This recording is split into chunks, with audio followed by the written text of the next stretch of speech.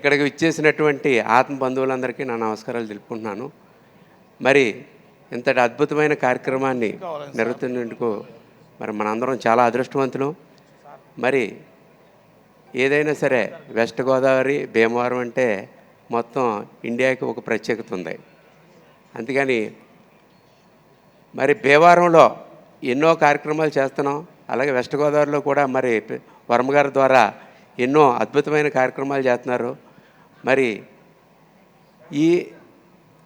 నాకు ఇచ్చినటువంటి నాకు ఏదైనా ప్రకృతికి ఇచ్చానంటే అది పిరమిడ్కి ఇచ్చానంటే నేను ఇచ్చింది కాదు, అది సుభాష్ పత్రిజీ గారు నాకు ఇచ్చారు. నిన్న కూడా చెప్పాను, ఆయనకి మళ్ళీ నేను ప్రకృతికి ఇస్తున్నాను అంతే. నాకు ఇచ్చినటువంటి ఒకే ఒక్క ఆయుధం పత్రిజీ గారు నాకు శ్వాస మీద ధ్యాస, అదే జ్ఞానం. ఆ ఆయుధం ద్వారా నేను ఏదైనా సాధించగలను.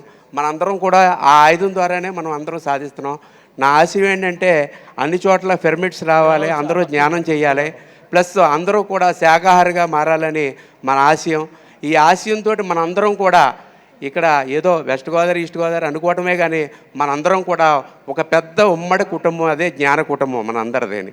ఆ కుటుంబం నుంచి వచ్చాం కాబట్టి మనందరం కూడా ప్రపంచాన్ని అందరూ కూడా జ్ఞాన జగత్తుగా మారుస్తారని మరి ఎంతటి అవకాశం ఇచ్చినటువంటి పెద్దలందరికీ నా నమస్కారాలు తెలుపుకుంటూ థ్యాంక్ యూ.